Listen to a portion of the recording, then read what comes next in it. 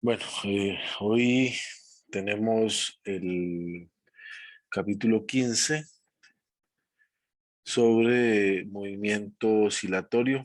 Este bloque está compuesto por 3 capítulos donde vamos a estudiar las oscilaciones, las ondas y las ondas estacionarias que tienen que ver con la sobreposición y la interferencia. En cuanto al movimiento oscilatorio, posiblemente lo más común sea un péndulo simple.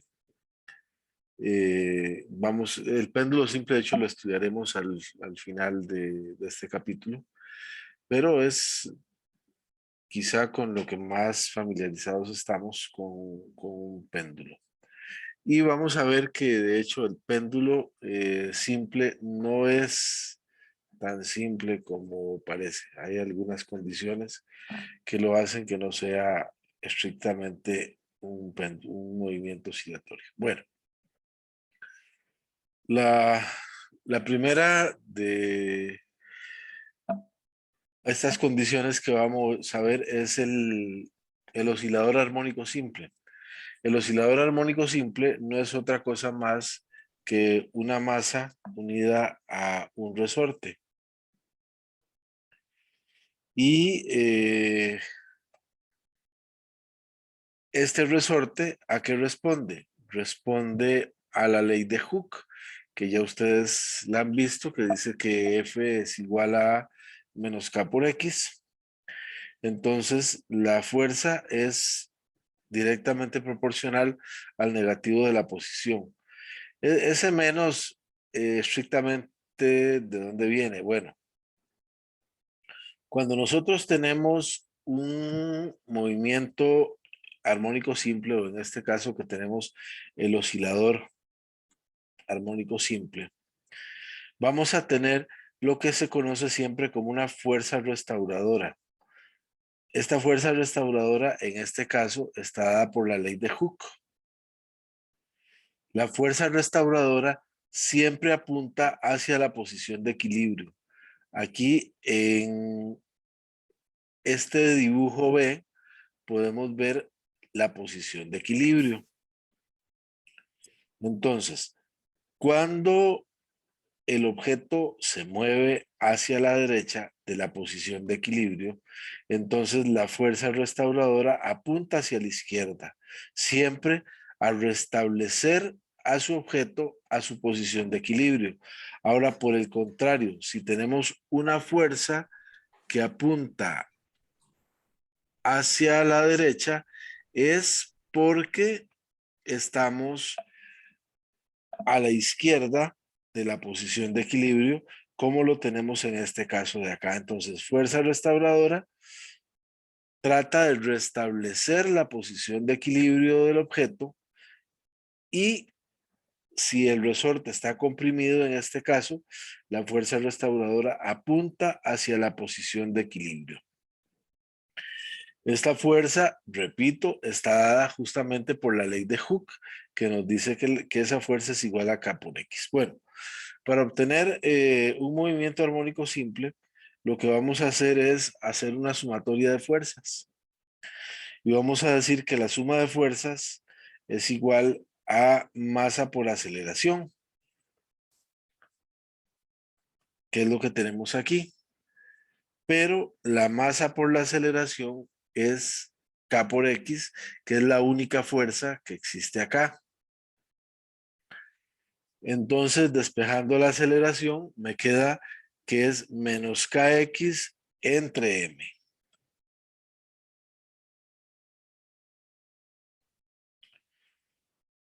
Bueno, entonces, teniendo aquí que la aceleración es igual a menos kx entre m, sabemos también que la aceleración es la segunda derivada de la posición con respecto al tiempo. Entonces vamos a decir que de 2x de t2 menos km entre x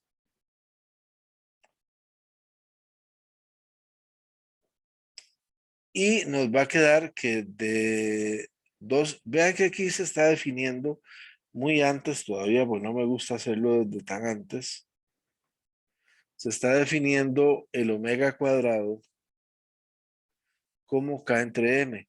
Generalmente la ecuación se va a poner igualada a cero, o sea, se pone T2X de T2 más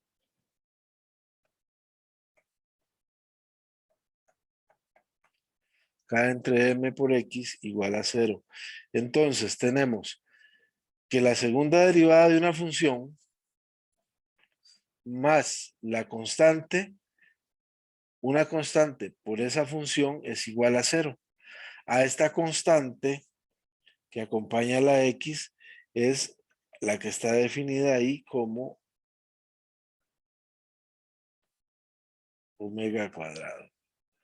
O sea, la forma de poner esto sería T2X de T2 más omega cuadrado X igual 0. Bueno, ahí no me ocupo el 0. Esto es omega cuadrado.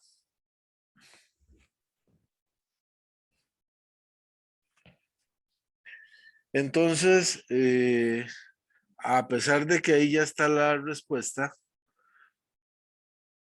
es evidente que lo que necesitamos es una función cuya segunda derivada sea igual al negativo de la función por una constante, que en este caso es omega cuadrado. Las únicas funciones que cumplen que su segunda derivada es igual al negativo de la función son las funciones seno y coseno. Entonces vamos a decir que la condición o la función que cumple con esa ecuación diferencial es esta de aquí. Y vamos a decir que x de t es igual a coseno de omega t más phi, donde a se va a conocer como la amplitud, omega, recuerden que es la constante que acompaña a la x, y phi es lo que se conoce como el ángulo de fase.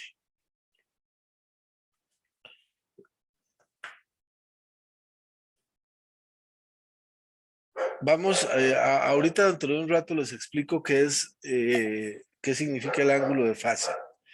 Pero vamos a decir que la ecuación, la función que satisface esta ecuación es x de t igual a coseno de omega t más phi.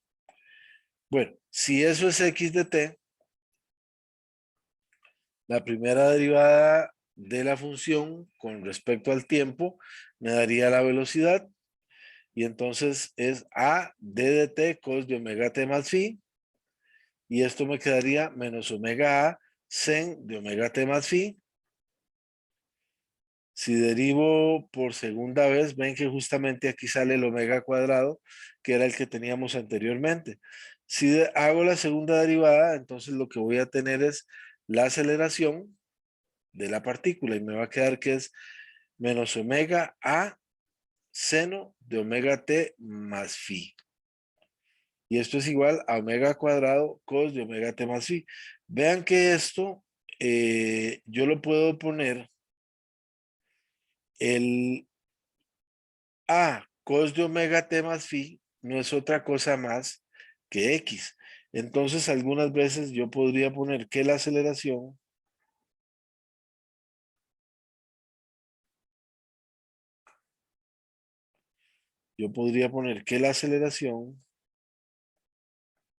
es igual a menos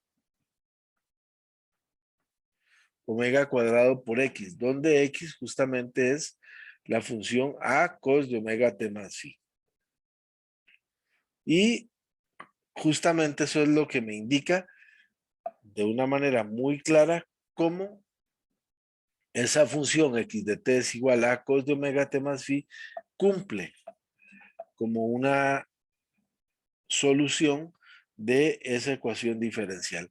Cada vez que tengamos una ecuación en la cual la segunda derivada de la función más una constante, que esa constante ya vimos que es omega cuadrado, por la función es igual a 0, vamos a estar en presencia de un movimiento armónico simple. O sea, cualquier ecuación que tenga esa forma va a ser un movimiento armónico simple.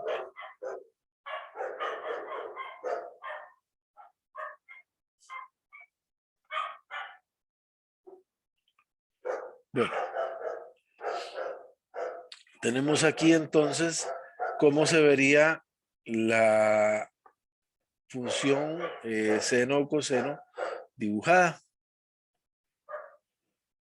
Aquí tenemos x de t a cos de omega t más phi. En esta función vamos a ver algo interesante.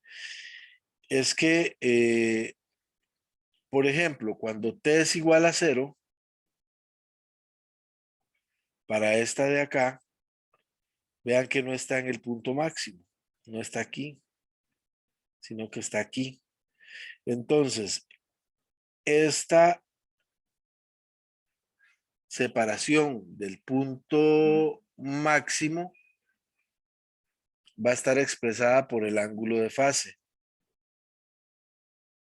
¿Por qué? Porque si phi fuera 0, entonces tendríamos, y en t igual 0, ¿qué tendríamos? Tendríamos que x de t es igual a coseno de 0. Coseno de 0 es 1, y entonces me daría que x de t es la amplitud. En este segundo caso,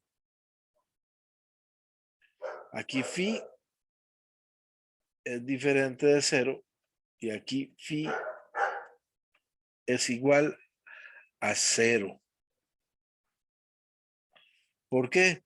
Porque si yo pongo en la ecuación t igual a 0 y phi es igual a 0, me quedaría x de t es igual a coseno de 0. Coseno de 0 es 1, y entonces me quedaría la amplitud.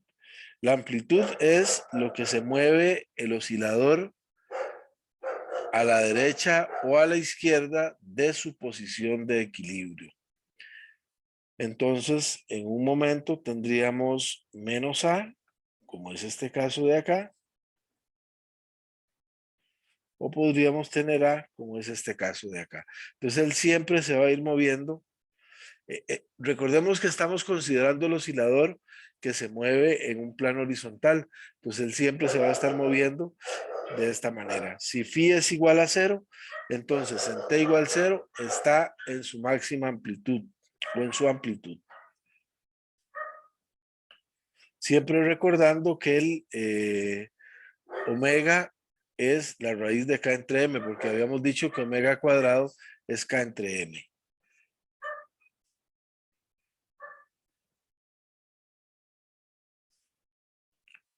Bueno, en el dibujo anterior no les mostré el periodo. El periodo es justamente el tiempo que se requiere desde una cresta hasta la cresta siguiente, o podría ser desde un valle hasta el valle siguiente. Entonces, obviamente, el periodo se mide en unidades de tiempo y por lo tanto lo vamos a medir en segundos. Pero aquí hay un poquito más de definiciones. Vamos a decir que el periodo también es igual a 2pi entre omega, donde omega ya habíamos recordado que es k entre m. Generalmente, cuando estamos con osciladores armónicos simples, lo que nos interesa mucho es determinar cuál es el periodo. Entonces, el periodo es 2pi entre omega, omega es k entre m. Entonces, si ponemos aquí el k entre m, me va a quedar que el periodo es 2pi m sobre k. Y la frecuencia es el inverso del periodo. Es 1 entre t es igual a 1 entre 2pi k entre m. Entonces, para un oscilador armónico simple, ¿de qué depende el periodo? Va a depender de la masa que yo tenga y va a depender de la constante del resorte. Entonces, si cambio la masa, por supuesto que el periodo va a cambiar. Si cambio el resorte o si la constante del resorte es diferente, o ya sea que lo parta a la mitad, que es una manera para cambiar la constante del resorte, entonces cambiaríamos también el periodo de oscilación de ese resorte. Entonces, ya tenemos clara aquí cuál es la relación entre el periodo y la frecuencia y que por lo general nosotros lo que andamos buscando es encontrar el periodo de movimiento. Bueno, ya la velocidad, ya la habíamos visto, recordemos que es menos omega A seno de omega t más phi. Algunas veces el phi podría estar presente, algunas podría no estar presente. Y la aceleración es menos omega cuadrado a coseno de omega t más phi. Cuando tenemos la velocidad máxima, cuando el seno de omega t más phi es igual a 1. Y entonces nos quedaría que la velocidad máxima es omega A. Si yo quiero sustituir el valor de omega, me quedaría acá entre m por a. Lo mismo pasa con la aceleración máxima. La aceleración máxima se da cuando el coseno de omega t más phi es igual a 1. Y entonces me quedaría que la aceleración máxima es omega cuadrado por a. ¿Por qué signos positivos y signos negativos? Bueno, porque tenemos dos puntos en los cuales se da la aceleración máxima. Ahorita lo vamos a ver, en un caso es positiva, en otro caso es negativa. Y tenemos también que dependiendo de la dirección en la que se mueva la partícula, podríamos tener la velocidad positiva o la velocidad negativa.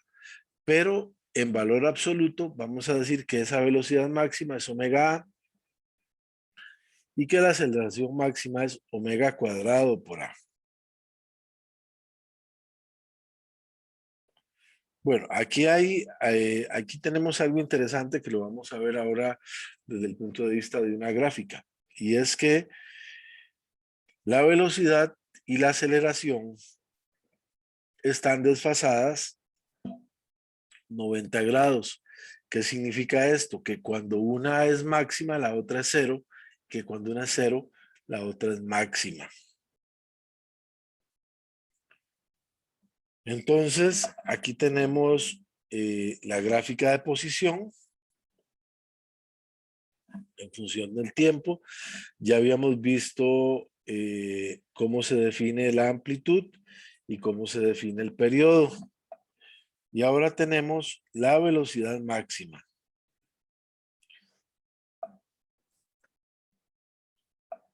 La velocidad máxima, aquí se puede hacer una relación bien interesante. La velocidad máxima, que es esta de acá, se da cuando la masa pasa por la posición de equilibrio. Y entonces, si la masa está oscilando, pasa dos veces por la posición de equilibrio.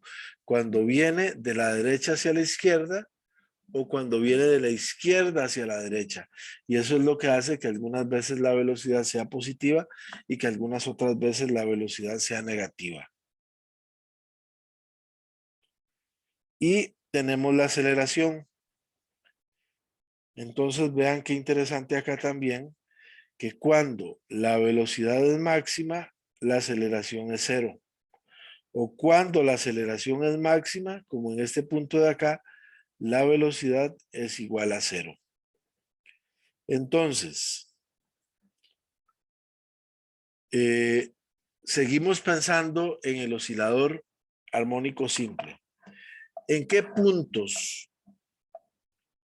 de la oscilación la velocidad es cero?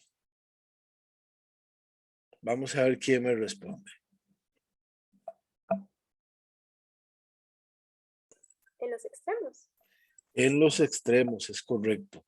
Porque, ¿qué es lo que va a suceder?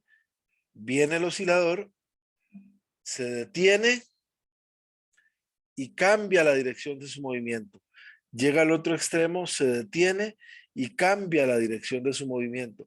Pero curiosamente, en este punto de acá, donde él cambia su dirección de movimiento, es donde la elongación del resorte es máxima o es mínima, o sea, donde está en su máxima compresión o donde está en su máxima elongación. Y entonces, de acuerdo a la ley de Hooke, en ese punto la fuerza es máxima porque es donde X es máxima.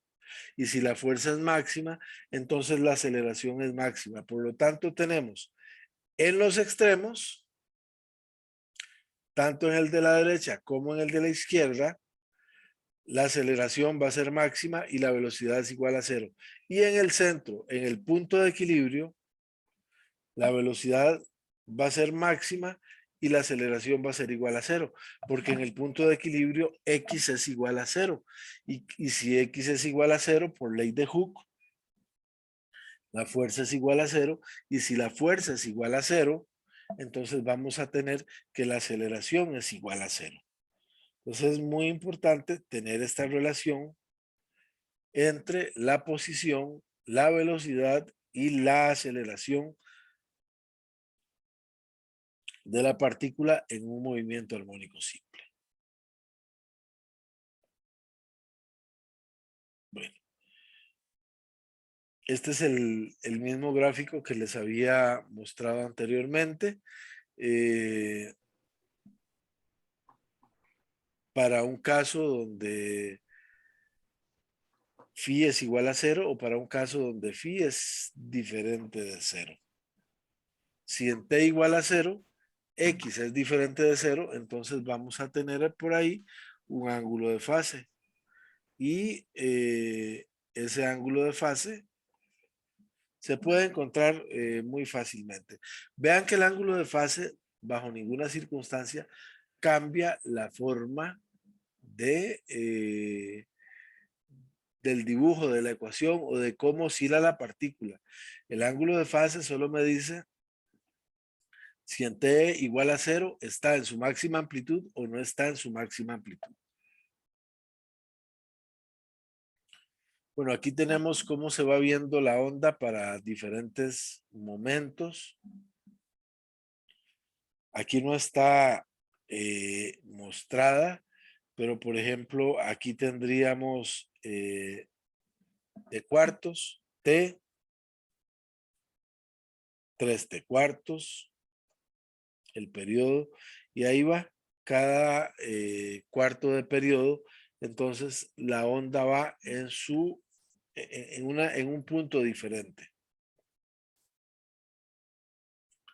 Bueno, la descripción matemática ya la habíamos visto.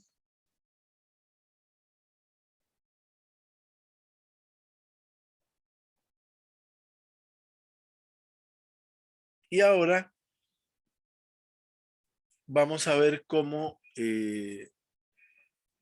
podemos trabajar con la energía en el movimiento armónico simple. ¿Vamos a tener energía cinética? Sí, sí vamos a tener energía cinética porque hay movimiento. Y también vamos a tener energía potencial elástica porque el resorte acumula energía potencial elástica. Entonces, la energía total va a ser igual a la suma de la energía cinética más la energía potencial.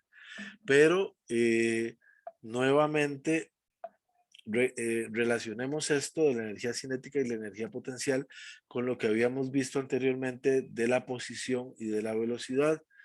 Cuando la velocidad máxima pasa por el punto de equilibrio. Entonces, cuando la velocidad es máxima, toda la energía del sistema es energía cinética, porque X es igual a cero y entonces no tendríamos energía potencial elástica. O sea, si X es igual a cero, entonces toda la energía sería energía cinética.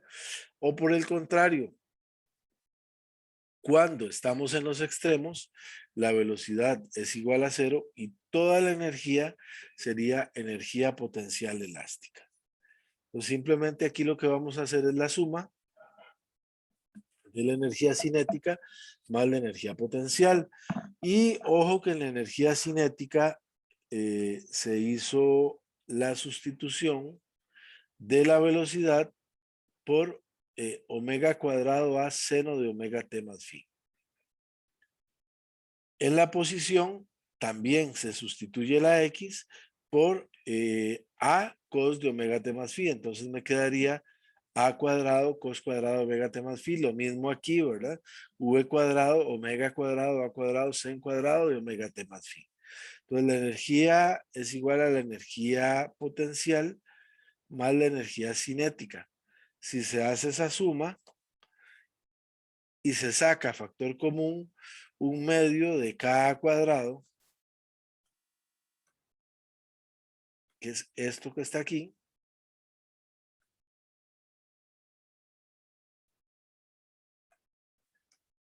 entonces me quedaría sen cuadrado de omega t más phi más cos cuadrado de omega t más phi.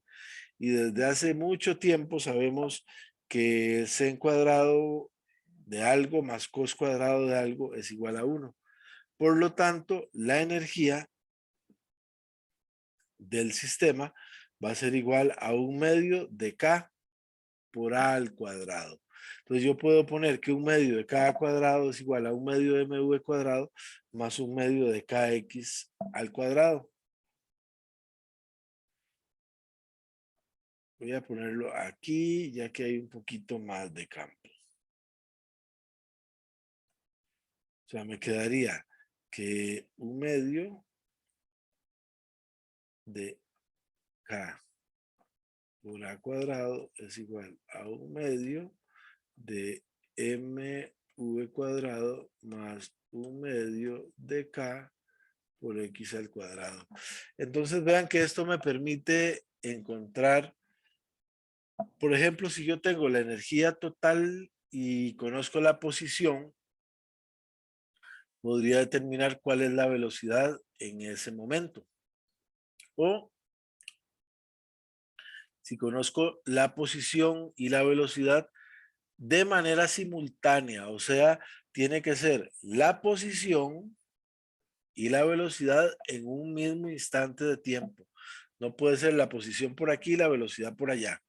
Tiene que ser la posición y la velocidad. Si yo conozco la posición y la velocidad en un mismo instante de tiempo, entonces eso me permitiría poder determinar la energía total. O si conozco la energía total y conozco la posición, puedo encontrar la velocidad. O si conozco la energía total y conozco la velocidad, puedo encontrar cuál es la posición en ese momento. Entonces, esa es una de las ventajas de trabajar con energía. Obviamente, en el caso del oscilador, voy a necesitar conocer, por supuesto, que la masa, voy a necesitar también conocer la constante del resorte. Entonces,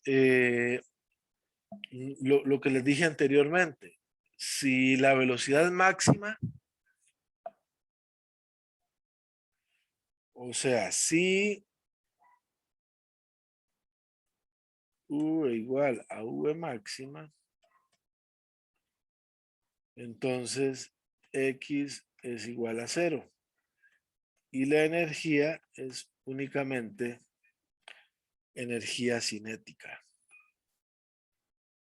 Por el otro lado, si X es igual a A, V es igual a 0 y la energía es solo energía potencial elástica. Y en cualquier momento que no sea ni en un extremo ni en el punto de equilibrio, siempre vamos a tener que la energía es una suma de energía cinética más energía potencial.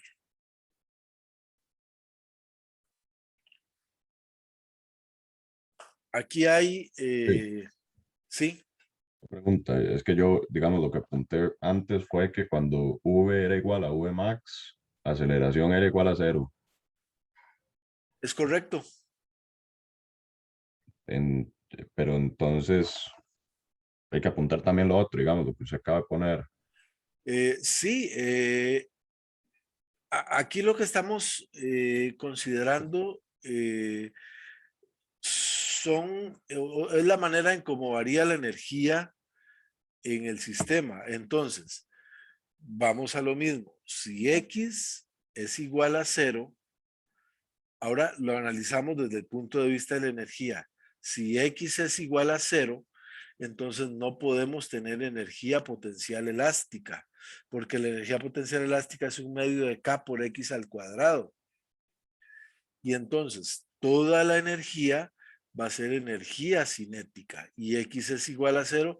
¿Dónde? En el punto de equilibrio. En el punto de equilibrio, ¿qué tenemos? Que la velocidad máxima. Claro, cuando la velocidad es máxima, toda la energía es energía cinética. Sí, por eso cuando hacemos consideraciones de energía, no estamos hablando de la aceleración, aunque sabemos que en el punto de equilibrio la aceleración es cero, la velocidad es máxima. En los extremos, la velocidad es cero y X es igual a la amplitud, o sea, tendríamos la máxima elongación o compresión del resorte. Entonces, en los extremos, toda la energía es energía potencial elástica y en el punto de equilibrio, toda la energía es energía cinética. En cualquier punto que no sean ni los extremos ni el punto de equilibrio, siempre la energía va a ser una suma de la energía cinética más la energía potencial. Ahora sí. Profe, y en los extremos usted dijo que X era igual a A, ¿verdad? Sí, claro. En el extremo X es igual a A, es correcto. En los dos extremos, sí. Sí, claro. De la posición de equilibrio, ¿cuánto se desplaza el oscilador hacia la izquierda? A pasa al punto de equilibrio, ¿cuánto se desplaza hacia la derecha? A. Entonces, el X máximo es A, o sea, la amplitud. Y la velocidad máxima, ya habíamos dicho que era igual a omega A. Y la aceleración máxima, que en consideraciones de energía no se analiza, es omega cuadrado A. ¿De acuerdo? Gracias, profe. Con mucho gusto, Daniel.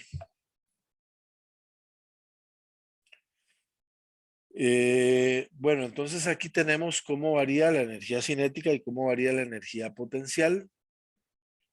O sea, gráficos de energía cinética y de energía potencial. Y aquí tenemos también qué pasa con la energía cinética y qué pasa con la energía potencial.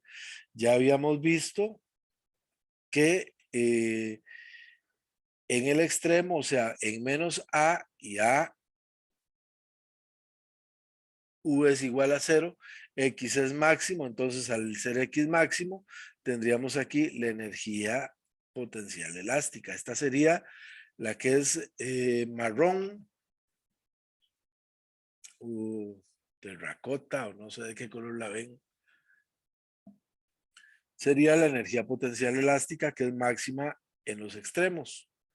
Y la azul sería la energía cinética que es máxima en el punto de equilibrio.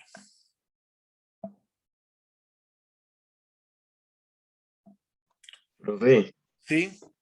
¿todo bien? Sí. Sí, Profe, sí. Dígame. nada más para mencionarle por cualquier cosa. Así como lo está haciendo, está súper bien, pero yo soy daltónico, entonces si va a explicar con colores, prefiero que vaya señalando los colores para guiarme, porque, o sea, me puede decir verde y yo no voy a estar viendo el verde, entonces, solo para ayudarme en eso, por favor. Ok, Steven, de acuerdo. Regalen un segundo, ya regreso, voy a pausar la grabación. Bueno, entonces aquí tenemos unas gráficas de energía.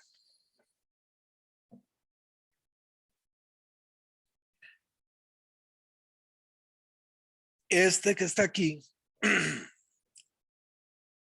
en el extremo, siempre va a representar, en este caso, la energía cinética. Pues esto es energía cinética, este de aquí es energía potencial y esta de aquí va a ser la energía total, o sea, la columna de la derecha es la energía total, la columna del centro es la energía potencial elástica y la columna de la izquierda es la energía cinética. Entonces, por supuesto, vean que la energía total siempre va a ser la misma. Aquí no tenemos cambio. Cuando estamos en el extremo, como en este caso de acá, que X es máximo, entonces la energía potencial elástica va a ser máxima y vean que aquí no tenemos columna a la izquierda porque la velocidad es igual a cero y por lo tanto no hay energía cinética. Cuando vamos por el punto de equilibrio, la energía total y la energía cinética son las mismas.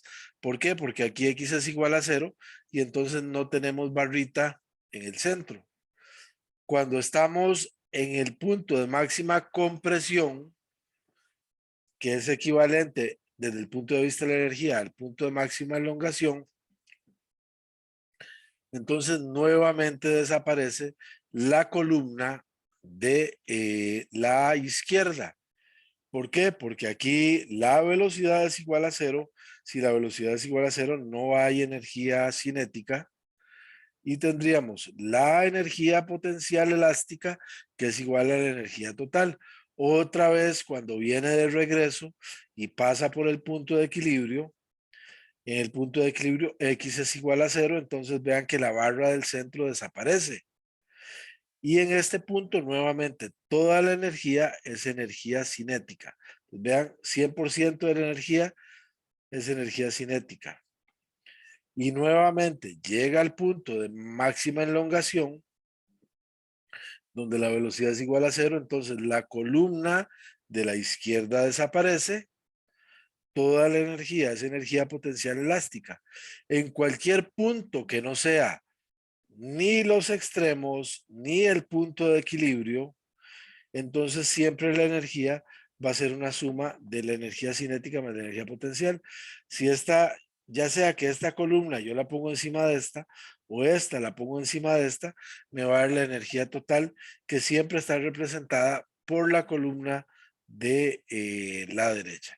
Bueno, y aquí lo que tenemos en esta tabla es cuánto vale X, cuánto vale la velocidad, cuánto vale la aceleración y cuánto vale la energía total.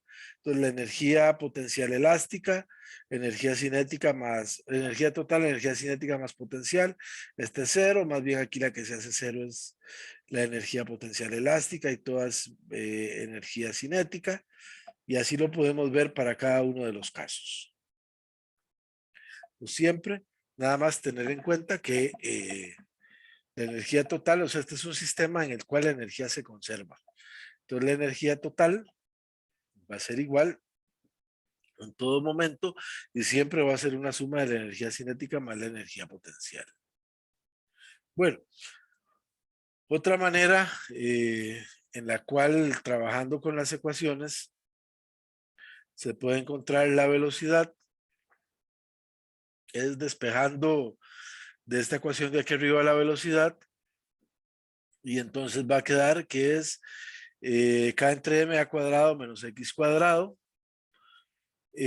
o más menos omega porque k entre m es omega a cuadrado menos x al cuadrado. Entonces, si yo conozco la posición, puedo encontrar la velocidad haciendo uso de esta ecuación de acá.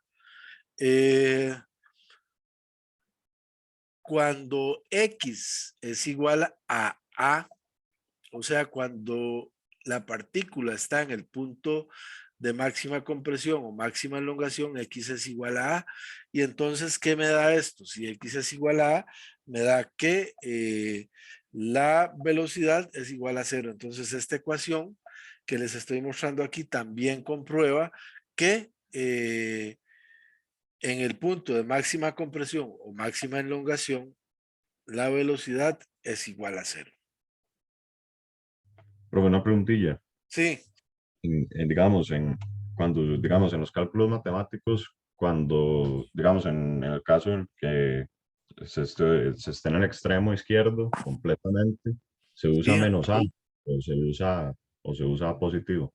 no, cuando se está en el extremo izquierdo se usa menos a, pero por ejemplo, en ese caso que está el cuadrado, sería igual a cuadrado, pero si yo estuviera haciendo algún cálculo, por ejemplo, desde la posición y, y esa posición está a la izquierda de la posición de equilibrio, la misma ecuación me va a dar que ese x va a ser negativo, que significa que está a la izquierda de la posición de equilibrio. O si para un determinado tiempo yo calculo y la partícula en ese momento, la masa está a la derecha de la posición de equilibrio, pues la ecuación me va a dar positiva.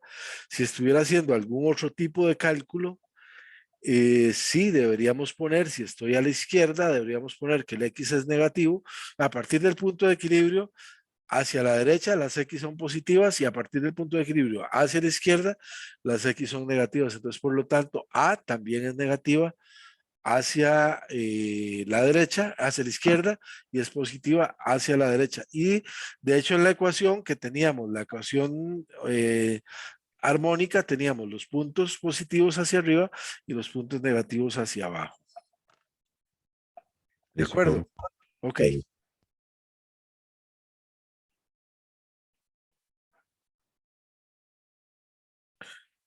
Bueno, vamos a, vamos a ver esto de acá, que esto es muy, muy, muy, muy conceptual antes de entrar en los ejemplos y antes de hacer la pausa del día de hoy. Y es la relación que existe entre el movimiento armónico simple y el movimiento circular uniforme. Básicamente, cuando yo tengo un movimiento circular uniforme y lo proyecto en un plano, lo que me va a dar es un movimiento armónico simple. Si yo tuviera esta rueda girando acá, pero esta rueda tiene un punto acá, un punto que sobresale de tal manera que yo le pueda poner una lámpara que alumbre y entonces, ¿qué es lo que yo voy a ver en la pantalla? Voy a ver un punto que se mueve a la izquierda y a la derecha. Y entonces voy a ver que llega un momento aquí en que se detiene y va acá, se detiene, y va acá, se detiene, y va para acá. Pues no hay mucho misterio ahí entre el movimiento armónico simple y el movimiento circular uniforme. Pueden ver las ecuaciones ahí de cuál es la relación entre este movimiento armónico simple y el movimiento circular uniforme. Vamos a tomarnos una pausa de 10 minutos para continuar con el desarrollo de la clase. Entonces, aprovechen para estirar, para tomarse un poco de agua, si toman café, café, si toman cualquier otra cosa, un té. Y nos vemos en 10 minutos. Bueno, vamos a continuar después de este recreo. Ojalá que aprovechen los recreos para que no se haga tan larga la clase.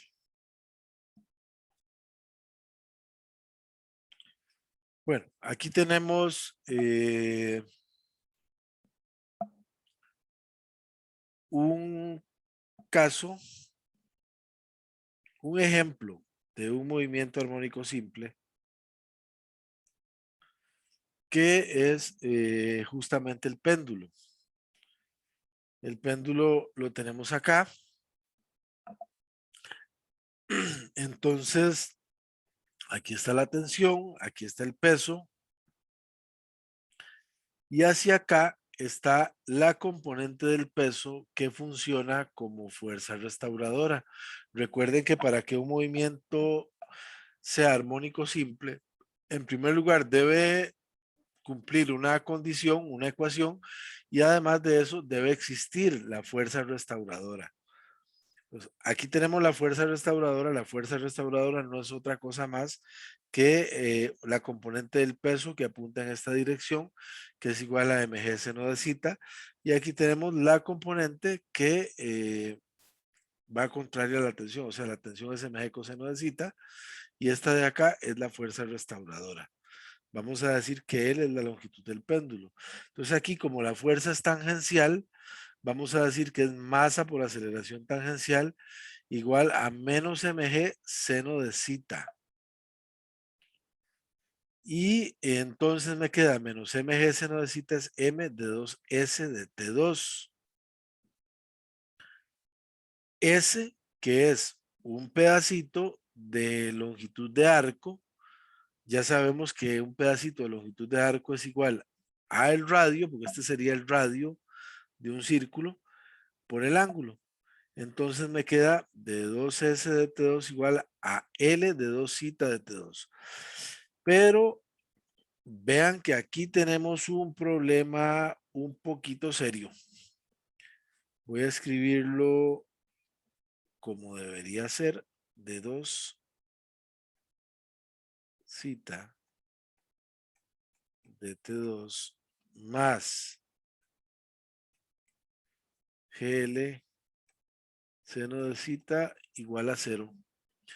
Tenemos que la segunda derivada de la función más una constante por el seno de la función es igual a 0. Entonces, estrictamente hablando, esto no es un más.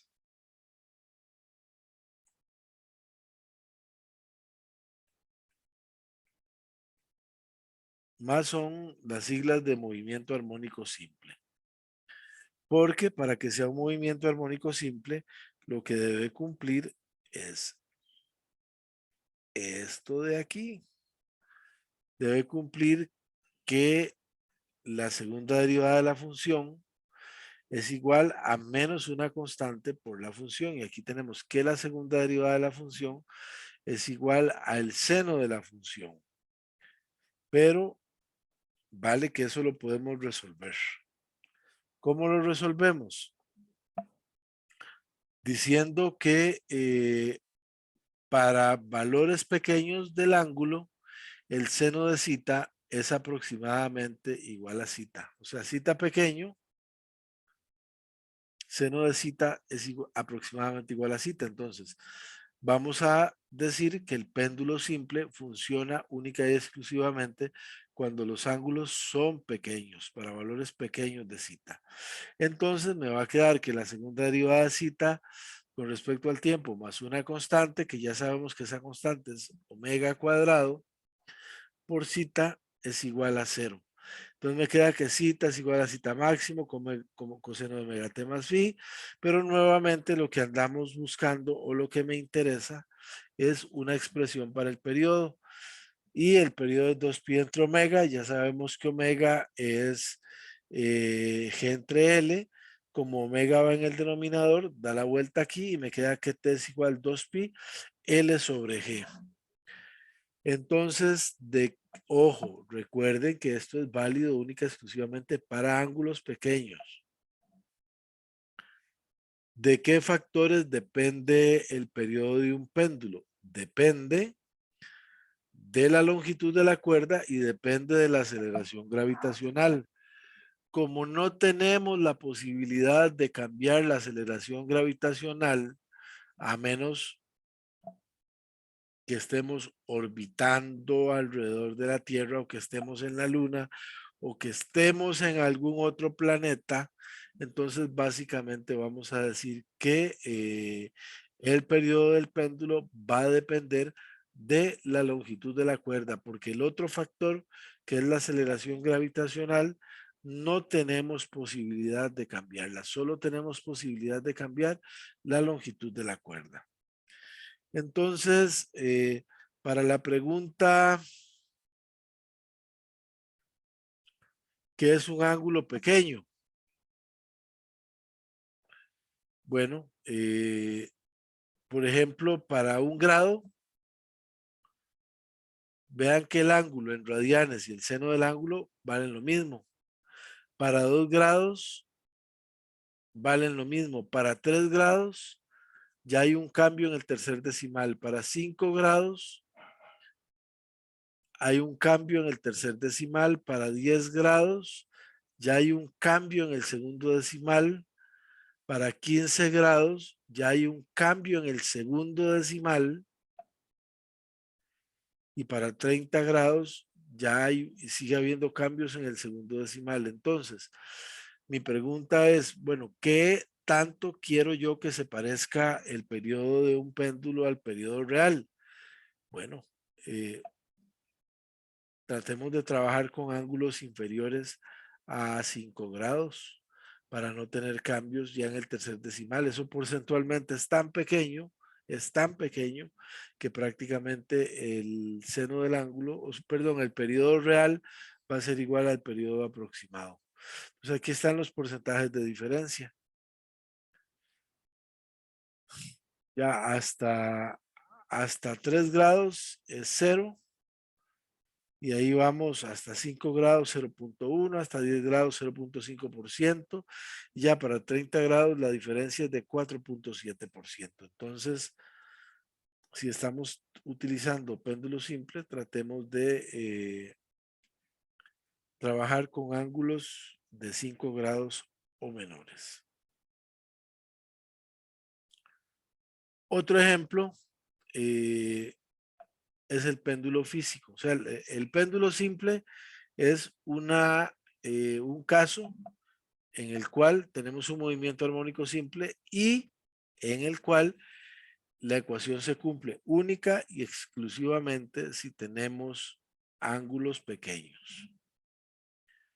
En el péndulo físico, como vamos a trabajar con torques, vamos a utilizar la segunda ley de Newton de el movimiento rotacional y vamos a tener que la suma de los momentos de torsión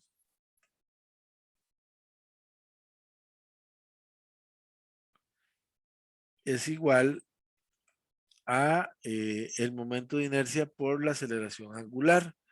Entonces, ¿cuál es el momento de torsión? Nuevamente tenemos una componente del peso que es d seno de zeta. Perdón, esto es d seno de zeta, la componente del peso es mg seno de zeta. Como es un momento de torsión, tenemos que multiplicarlo por la distancia, donde la distancia es justamente la distancia que hay del punto de pivote al centro de masa. Entonces, componente G seno de zeta por D me daría el momento de torsión. Es el único momento de torsión que hay ahí y es igual a I de 2 zeta de T2. Y entonces hay que volver a hacer la aproximación para zeta pequeño, porque vean que nos estaría quedando que la segunda derivada de la función más una constante por la función, por el seno de la función, es igual a 0. Y eso no es lo que queremos. O sea, me queda... Vamos a ver dónde lo puedo escribir. No. Voy a escribirlo aquí, no importa. De 2 zeta de T2 más MGD entre I por seno de zeta igual a 0. Entonces, para zeta pequeño, otra vez se hace la aproximación. Para zeta pequeño. Sean zeta aproximadamente igual a zeta. Y entonces, si sen zeta es igual a zeta, entonces ahora sí, lo que me queda es esta de acá, que la segunda derivada de la función es igual a menos una constante por la función. Y eso cumple con las condiciones de un oscilador armónico simple. Generalmente, ¿qué es lo que andamos buscando? Andamos buscando el periodo. y entonces el periodo para cita pequeño me va a dar 2pi entre omega. ¿Qué sería omega? Omega es todo esto que está aquí. Entonces, como es omega en el denominador, me quedaría I entre mgd. Y entonces ahí tenemos el periodo de oscilación para un péndulo físico. Entonces, en el péndulo simple tenemos una aproximación, en el péndulo físico también tenemos una aproximación. Y el último ejemplo que vamos a hacer es el péndulo de torsión. En el péndulo de torsión también vamos a trabajar con momentos de torsión. Vean que esto se parece bastante a la ley de Hooke, nada más que en el movimiento torsional. La suma de momentos de torsiones es igual a la constante de torsión por el ángulo, donde el ángulo tiene que ver con este ángulo que lo vamos a poner a girar acá. Esta varilla es un sistema rígido. Entonces, cuando yo giro este disco, esta varilla va a experimentar una torsión, o sea, esto no es un mecate. Y entonces, cuando yo lo suelto, va a ser este movimiento. Va a empezar a girar, va a empezar a girar, bueno, a girar no, a hacer pequeños giros, porque nada más es un poquito lo que gira. Y entonces me queda que la segunda derivada de la función es igual a menos la constante de torsión por el momento de inercia. Y vean que aquí no es necesario realizar ninguna aproximación, sino que ya me queda que la segunda derivada de la función más una constante por la función igual a 0, donde esto de aquí sigue siendo el omega cuadrado.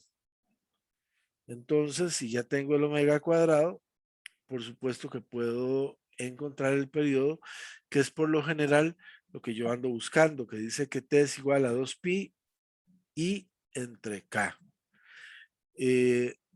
Cuando no había virtualidad, había un experimento que se hacía en el laboratorio de física 1 que justamente tenía que ver con esto.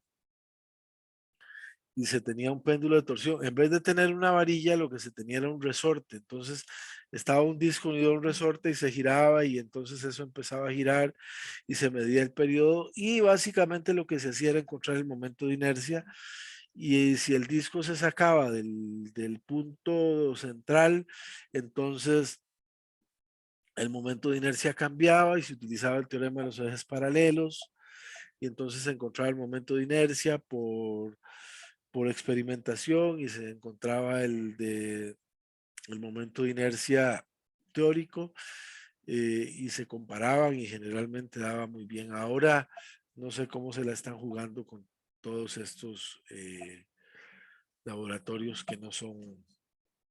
eh, que son virtuales. Entonces yo pienso que esa práctica no se está haciendo. Entonces, con esto tenemos las oscilaciones. Vean que las oscilaciones amortiguadas no entran. Así que esto llega hasta aquí. Y con este tema terminamos los contenidos del primer examen corto, parcial, como ustedes lo quieran ver. No es tan parcial porque son 7. Que lo estaríamos realizando el sábado de la semana próxima. Voy a compartirles algo bastante interesante que lo tengo por aquí, que tiene que ver con,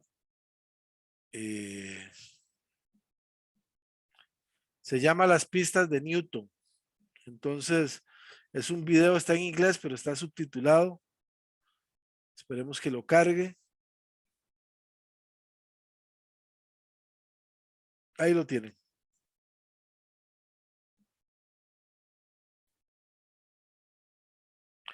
¿Lo están viendo? Está cargando, pero Está todavía no se ve nada. Veo Ok, una pantalla negra ahí, profe. voy a detenerlo, voy a detenerlo. Yo sí, en la segunda pantalla que tengo sí lo estoy viendo. Bueno, perdón, se llama Maravillas de Galileo. Sí, yo estoy viendo la pantalla negra también.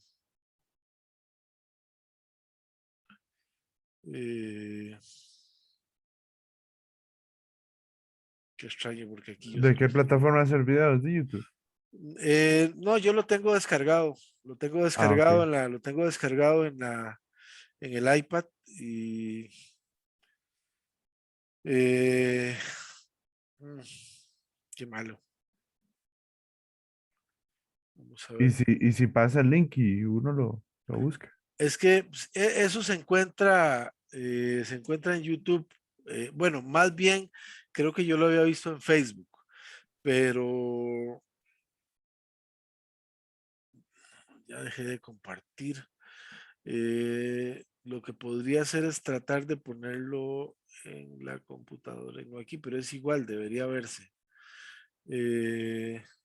Bueno, queda pendiente el video porque realmente es un video bien interesante. Se llama Las pistas de Galileo. Ustedes lo podrían buscar. Yo no sé si está en YouTube, más bien yo lo he visto en Facebook, pero me queda pendiente. Voy a probar que efectivamente lo pueda ver en la próxima clase. Y entonces hoy estaríamos quedando aquí.